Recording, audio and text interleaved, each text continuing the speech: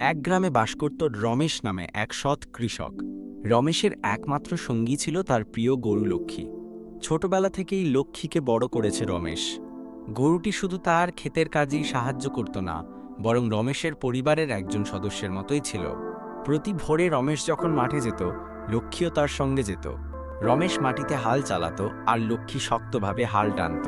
কাজ শেষে রমেশ নিজে খেত আর লক্ষ্মীকে যত্ন করে খাওয়াতো। গ্রামের মানুষ এই বন্ধুত্ব দেখে মুগ্ধ হতো। এক বছর গ্রামে ভয়াবহ খরা দেখা দিল। ফসল শুকিয়ে গেল আর রমেশের আর্থিক অবস্থা খুব খারাপ হয়ে পড়ল।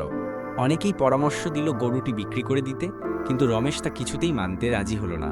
সে বলল, লক্ষ্মী আমার পরিবারের অংশ, ওকে ছাড়া আমি কিছুই করতে পারবো না। রমেশ ছোট ছোট কাজ করে কোনোভাবে সংসার চালাতো, আর লক্ষ্মীও যেন বুঝতে পারত কঠিন সময় চলছে। সে আগের থেকে বেশি মনোযোগ দিয়ে কাজ করত। অবশেষে পরের বছর বৃষ্টি এলো, মাঠে আবার সবুজ ফসল ফলল। রমেশ ও লক্ষ্মী আবার আগের মতো সুখে দিন কাটাতে লাগলো।